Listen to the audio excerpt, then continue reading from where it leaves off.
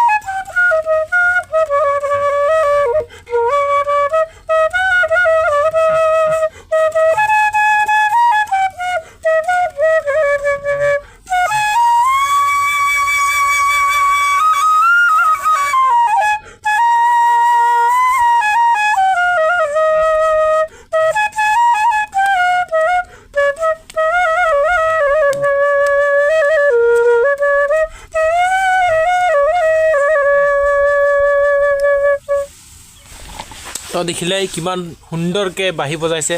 তো আপোনালোকৰ ছাপোৰ্ট লাগে অকল, আপোনালোকে লাইক শ্বেয়াৰ কমেণ্ট কৰি দিব।